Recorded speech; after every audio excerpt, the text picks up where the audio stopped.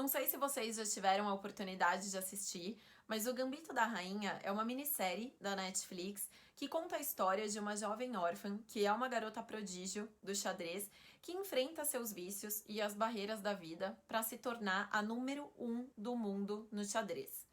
Mas por que eu resolvi aqui contar sobre uma série de xadrez aqui no canal, né? Porque mais do que uma história de xadrez, ela traz muitas lições sobre gestão e sobre negócios que dá para ser aplicada ao empreendedorismo. E como no dia 19 de novembro é o dia do empreendedorismo feminino, e como a série tem como protagonista uma mulher que, independente de inúmeras adversidades que ela enfrenta, ela consegue conquistar o que ela gostaria de conquistar, eu resolvi aqui trazer os temas para fazer paralelos para a gente poder debater em conjunto. Durante a história, eu consegui identificar 7 lições e 7 características que são inerentes não só às mulheres, mas aos empreendedores de sucesso de forma geral. E eu vou fazer os paralelos a partir dessas lições. Bom, pessoal, a série é realmente demais, então a minha primeira recomendação aqui, depois que vocês assistirem o vídeo, é claro, é assista.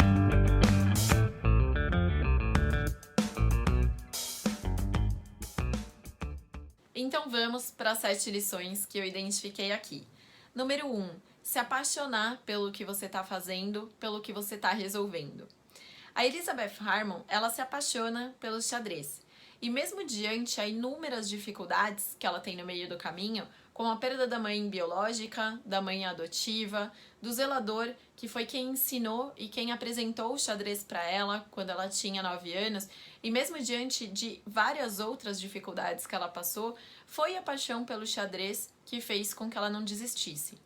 E o mesmo acontece com o empreendedor e com a empreendedora. Independente das várias adversidades que ele pode ter no meio do caminho, seja na vida pessoal ou seja na trajetória da startup, porque a jornada da startup não é nada fácil, o que faz com que ele não desista é o propósito, é se apaixonar pelo problema que ele está resolvendo. Número 2, estratégia e persistência. No começo, se você não tiver uma estratégia, a intuição ela pode até te ajudar. Mas com o passar do tempo, é a estratégia que vai te dar cada vez mais resultados. A Elizabeth Harmon, ela analisava todos os seus movimentos depois das jogadas. E ela fazia isso porque depois ela conseguia criar uma estratégia, treinar, se dedicar e com muita persistência conseguir chegar à excelência que ela queria.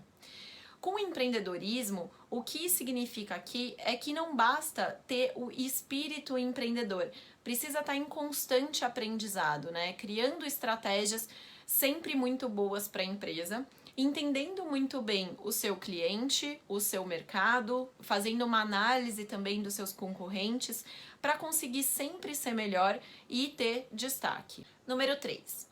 Peça ajuda e faça dos erros um aprendizado. Como eu comentei, a Beth analisava todos os movimentos que ela tinha feito depois de cada partida.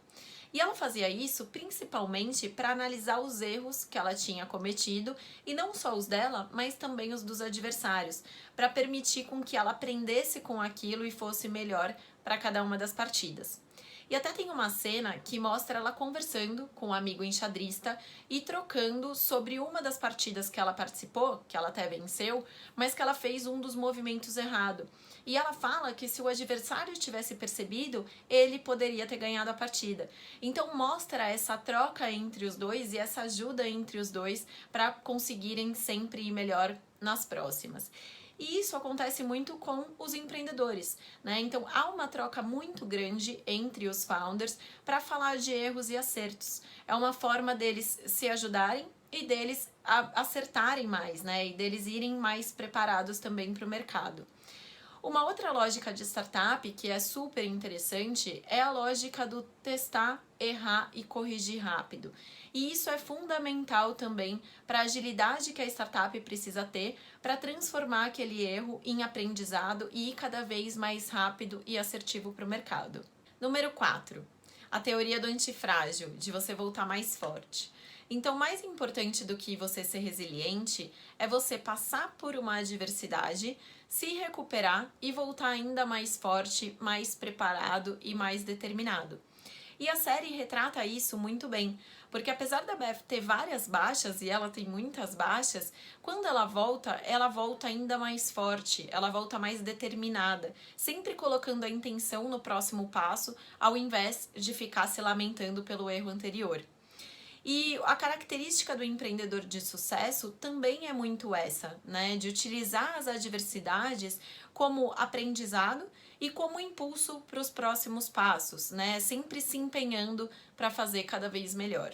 Número 5. A colaboração leva mais longe. E no último episódio, essa colaboração ela fica ainda mais evidente. E aliás, para mim, é a cena mais emocionante do filme, que é quando os amigos enxadristas dela se reúnem para ajudá-la a criar estratégias para a partida final.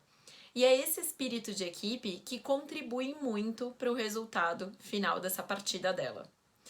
E numa startup, a complementariedade do time ela é fundamental para que cada um possa focar e executar muito bem a sua função. Porque de nada adianta uma boa ideia se você não tem um bom time para ter uma ótima execução. Número 6. Veja além do ambiente que você está inserida e das adversidades. E essa eu considero especialmente para as mulheres. Em um determinado momento da história, a Beth é questionada por uma jornalista sobre como que ela se sentia em meio a tantos homens. Porque principalmente naquela época, e a gente está falando da década de 50 e 60, o xadrez era um mundo predominantemente masculino. E a jornalista também pergunta para ela sobre como que era a concorrência com os homens. E a reação dela foi interessante, porque ela ficou espantada com a pergunta, porque ela não focava nesse fato de ser ou não o mundo masculino para vencer as suas partidas, e a resposta dela foi: o xadrez pode ser lindo, é o mundo inteiro dentro de 64 quadrados, e eu me sinto segura nele. E aqui, pessoal, o que eu queria deixar de mensagem é: sim, tem e terão muitas adversidades, mas foque no seu objetivo, foque no seu propósito e faça acontecer sem que nada e nem ninguém te impeçam. Número 7. Autoconfiança. Acredite em você. A autoconfiança faz a diferença. A mensagem que eu queria passar com essa última lição que o filme mostrou é que, além de acreditar no seu objetivo, você tem que acreditar em você, nas suas competências. E com esforço e dedicação, você é capaz do que você quiser. A Beth deixa muito isso claro nas suas partidas, e os empreendedores e as empreendedoras de sucesso deixam isso muito claro também no seu dia a dia. E a gente tem ótimos exemplos de muitos bons empreendedores e empreendedoras aqui no Brasil. Bom, pessoal, essas foram as lições que eu tirei com a série, espero que vocês tenham gostado. Como eu comentei, essa é a semana do empreendedorismo feminino. E essas características ou lições eu vejo em muitas grandes mulheres que estão fazendo a diferença no nosso ecossistema. E para finalizar, eu selecionei aqui alguns nomes de empreendedoras que eu admiro para que possam representar essas mulheres incríveis. E também para dizer o meu muito obrigada, que vocês continuem fazendo a diferença, nos representando tão bem, nos inspirando e dando cada vez mais força para o ecossistema. A jornada ainda é longa, mas temos muito potencial para que em breve o termo empreendedorismo feminino passe a ser só um termo a ser lembrado e não mais uma pauta a ser discutida. Vocês me inspiram. Muito, muito, muito obrigada por tudo que estão construindo.